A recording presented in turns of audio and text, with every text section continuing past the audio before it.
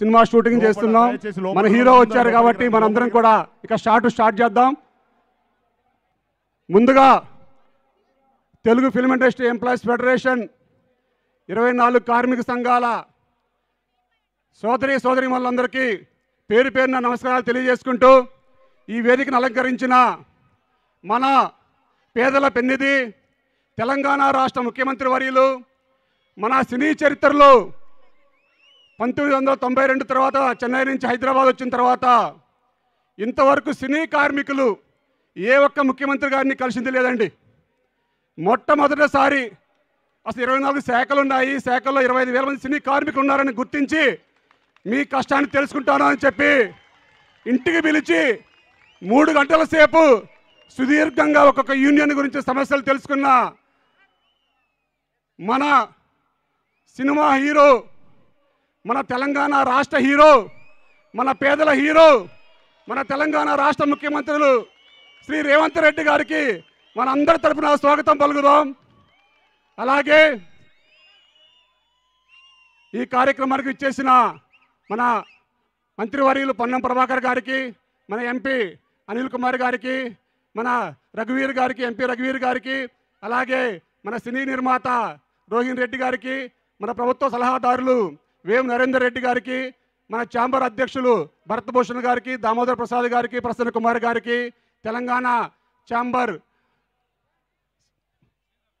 శ్రీధర్ గారికి, సునీల్ నారంగ్ గారికి, అలాగే మన Telugu film industry employees federation 24 కార్మిక సంఘాల నాయకులకు, సోదరీమణులందరికీ నమస్తమాంజలి.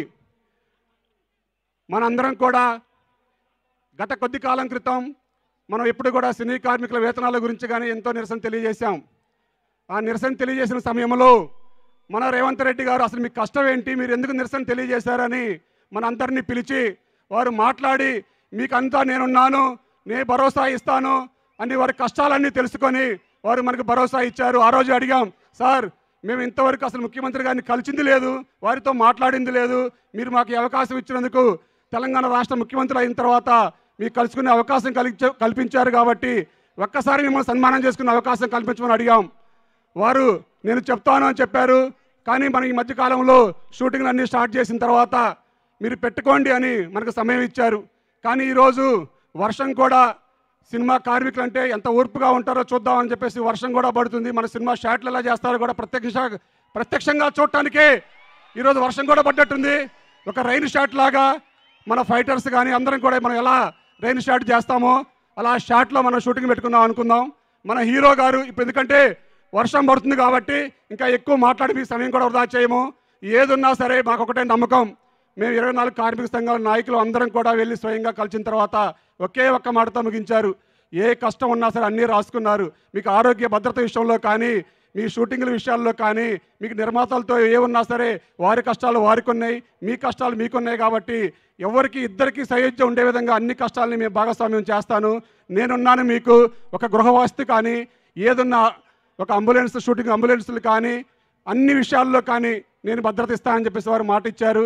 దాని ప్రకారం వారు మనందరికీ కూడా మాట ఇవ్వడం కాదండి, చాలామంది మనం చూసే మాట ఇస్తారు కానీ వారిని కలిసి నేను చూస్తాను అని చెప్పారు. కానీ 3వ రోజే ఫోన్ వచ్చింది మన దానకిషోర్ గారి దగ్గర నుంచి, మీ అందరికీ కూడా ఆరోగ్య భద్రత విషయంలో ఇన్సూరెన్స్ చేస్తాము, అలాగే ఆరోగ్యశ్రీ పథకం వర్తింపజేస్తామని మాకు దానకిషోర్ గారి దగ్గర నుంచి మాకు ఫోన్ వచ్చి మన డేటా అంతా అడిగారు, మన సినీ కార్మికుల డేటా అంతా. అంటే మీరు ఎక్కడే అర్థం చేసుకోండి, మాటల ముఖ్యమంత్రి కాదు చేతల ముఖ్యమంత్రి అని 48 అవర్స్లో చూపించారు. కాబట్టి అలాగే మనకి చిన్న చిన్న సమస్యలు కూడా వారి దృష్టికి తీసుకెళ్ళాం. ఇంకా సమయం లేదు కాబట్టి వారు మన ముఖ్యమంత్రి గారు మన కార్మికులను ఉద్దేశించి మాట్లాడవలసిందిగా మీ అందరి సమక్షంలో కోరుతున్నాం. కానీ ఒక్క నిమిషం సార్, మా కార్మికుల తరఫున ఒక చిన్న ఏవి మీ